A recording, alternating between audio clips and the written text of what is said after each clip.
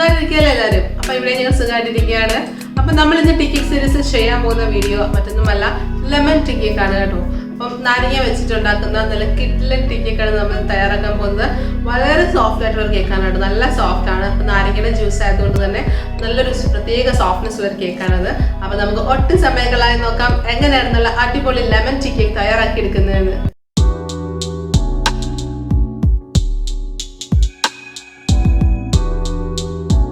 അപ്പം നമുക്ക് lemon cake ഉണ്ടാക്കാൻ തുടങ്ങിയാലോ. അപ്പം ആദ്യത്തെ സ്റ്റെപ്പ് എന്ന് വെച്ച് കഴിഞ്ഞാൽ മുട്ടയും പഞ്ചസാരയും ബീറ്റ് ചെയ്തെടുക്കുക എന്നുള്ളതാണ്. അപ്പൊ അതിനായിട്ട് നമുക്ക് ഒരു മുട്ട മിക്സിയിലേക്ക് ആഡ് ചെയ്ത് കൊടുക്കാം. ഇനി നമുക്ക് പഞ്ചസാരയാണ് ചേർത്ത് കൊടുക്കാനുള്ളത്. 1/2 കപ്പ് പഞ്ചസാര എടുത്തിട്ടുണ്ട്, പൊടിക്കാത്ത പഞ്ചസാരയാണ്.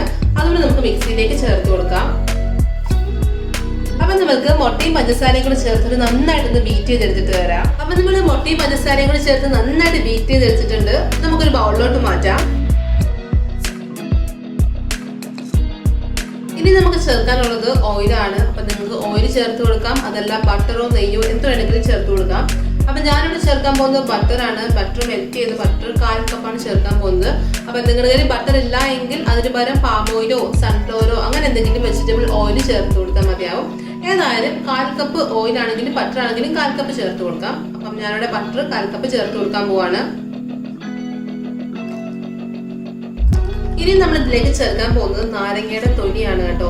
അപ്പം തൊലി എടുക്കുമ്പോൾ പ്രത്യേകം ശ്രദ്ധിക്കേണ്ട കാര്യം, തൊലിയുടെ വെള്ള ഭാഗങ്ങൾ വരാൻ പാടില്ല. പുറത്തെ മഞ്ഞ നിറങ്ങൾ അല്ലെങ്കിൽ ചെറിയളം പച്ച നിറത്തിൽ വരത്തില്ല, അത് മാത്രം ഗ്രേറ്റ് ചെയ്തെടുക്കുക.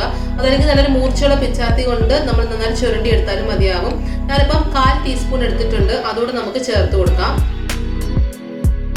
ഇതെല്ലാം കൂടി നമുക്ക് ജസ്റ്റ് ഒന്ന് മിക്സ് ചെയ്ത് കൊടുക്കാം.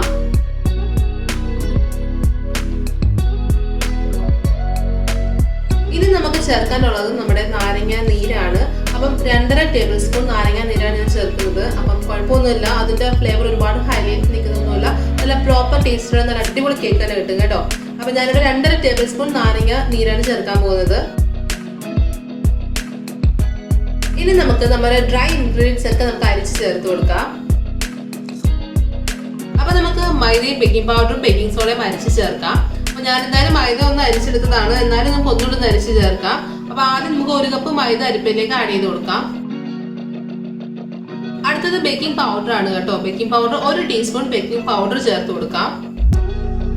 അപ്പൊ നിങ്ങളുടെ കയ്യിൽ ബേക്കിംഗ് പൗഡർ ഇല്ല എങ്കിൽ 1/2 ടീസ്പൂൺ ബേക്കിംഗ് സോഡ എടുക്കുക, അതിലേക്ക് വിനെഗർ ഒഴിക്കുക, എന്നിട്ട് ഡയറക്റ്റ് നമ്മുടെ ബാറ്ററിലേക്ക് ഒഴിച്ചു കൊടുത്താൽ മതിയാവുകയെ. അപ്പം ഈ അരിച്ച് ചേർക്കേണ്ട ആവശ്യമില്ല, ഡയറക്റ്റ് ബാറ്ററിലേക്ക് ഒഴിച്ചു കൊടുത്താൽ മതി. ഇനി നമുക്ക് ബേക്കിംഗ് സോഡ ചേർത്ത് കൊടുക്കാം. 1/2 ടീസ്പൂൺ ബേക്കിംഗ് സോഡ ചേർത്ത് കൊടുക്കാം.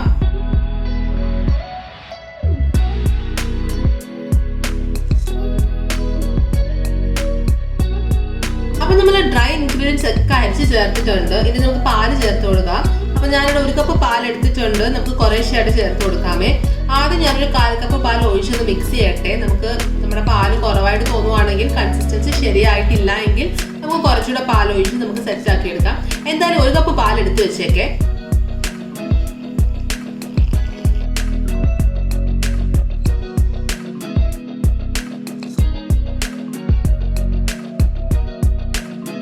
എനിക്ക് എക്സാക്ട് പാൽ ഒഴിക്കേണ്ട വന്നെന്ന് വെച്ച് കഴിഞ്ഞാൽ 1/2 കപ്പ് പാലും 2 ടേബിൾ സ്പൂണും ആയപ്പോൾ എനിക്ക് കറക്റ്റ് ആയി.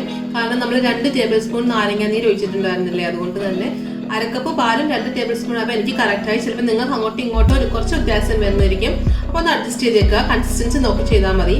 ഇനി ഞാൻ ചേർക്കാൻ പോകുന്നത് 2 ഡ്രോപ്പ് നമ്മുടെ യെല്ലോ കളർ ഫുഡ് കളറാണ് കേട്ടോ ആഡ് ചെയ്യാൻ പോകുന്നത്. അത് തികച്ചും ഓപ്ഷനിലാണ്, നിങ്ങൾക്ക് വേണമെങ്കിൽ മാത്രം ചേർത്ത് കൊടുത്താൽ മതിയേ.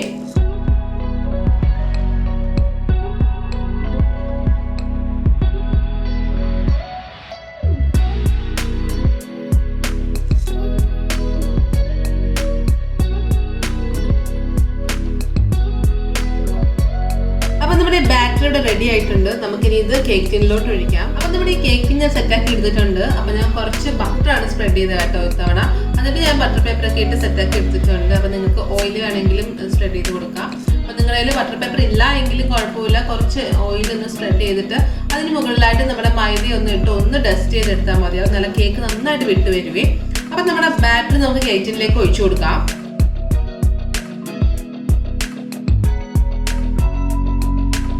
ഇനി നമുക്കൊന്ന് തട്ടി കൊടുക്കാം. എയർ ബബിൾസ് ഒക്കെ ഉണ്ടെങ്കിൽ അത് പോകാനായിട്ട് നമുക്കൊന്ന് തട്ടി കൊടുക്കാം. ഇനി നമുക്ക് ഡയറക്റ്റ് ബേക്ക് ചെയ്തെടുക്കുക എന്നുള്ള പരിപാടി മാത്രമേ ഉള്ളൂ. അപ്പോൾ ഞാൻ എന്തായാലും അതുപോലെ തന്നെ കടായി തന്നെയാണ് ബേക്ക് ചെയ്തെടുക്കാൻ പോകുന്നത്. അപ്പം നിങ്ങൾക്ക് കുക്കറിൽ നല്ല അടികട്ടിയുള്ള ചരുവും ഒക്കെ ഉണ്ടെങ്കിൽ അതിൽ ബേക്ക് ചെയ്തെടുത്താലും മതിയാവുകയും പിന്നെ നിങ്ങളുടെ ഓവൻ ഉണ്ടെങ്കിൽ അതിൽ ബേക്ക് ചെയ്താലും മതിയാവും. അപ്പോൾ അവനാണെങ്കിൽ 180 ഡിഗ്രി സെൽഷ്യസിൽ 10 മിനിറ്റ് പ്രീ ഹീറ്റ് ചെയ്തെടുക്കുക. അതിനുശേഷം ജസ്റ്റ് നമ്മുടെ കേക്ക് ഒരു 30 to 40 മിനിറ്റ്സ് വെച്ച് ബേക്ക് ചെയ്തെടുക്കുക കേട്ടോ. അപ്പോൾ ഇനി നമ്മുടെ കടായി ഒന്ന് പ്രീ ഹീറ്റ് ചെയ്തെടുത്തിട്ടുണ്ട് ഞാൻ. അതിലേക്ക് നമ്മുടെ കേക്ക് ടിൻ ഇറക്കി വെക്കാം. അപ്പോൾ ഇനി നമുക്കൊരു 40 to 45 മിനിറ്റ്സ് കഴിഞ്ഞതിന് ശേഷം ഓപ്പൺ ചെയ്ത് നോക്കാം.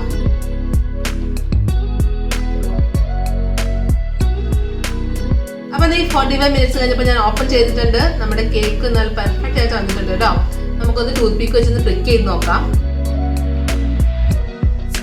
കണ്ടോ, നമ്മുടെ ടൂത്ത് പീക്ക് നല്ല ക്ലിയർ ആയിട്ട് വന്നിട്ടുണ്ട്. കേക്കിന്റെ ഉള്ളിലൊക്കെ നന്നായിട്ട് വെന്തിട്ടുണ്ട്. നമുക്കിത് തണുത്തതിന് ശേഷം ബേക്കിംഗ് പേപ്പർ നമുക്ക് ഇളക്കി മാറ്റാം.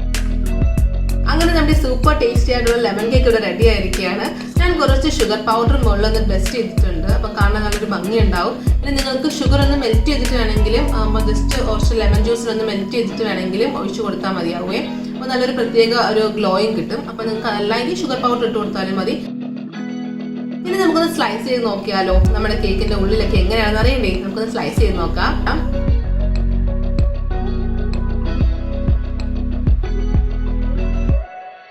അപ്പൊ എങ്ങനെയുണ്ടായിരുന്നു നമ്മുടെ ടീ കേക്ക്? അടിപൊളിയായിട്ടില്ലേ? നല്ല യെല്ലോ കളറിലുള്ള സോഫ്റ്റ് കേക്ക് ആണ് കേട്ടോ. അപ്പൊ എല്ലാവരും ട്രൈ ചെയ്ത് നോക്കുക. ട്രൈ ചെയ്ത് നോക്കിയിട്ട് നിങ്ങളുടെ അഭിപ്രായങ്ങളൊക്കെ കമന്റ് ബോക്സിൽ ഇടുക.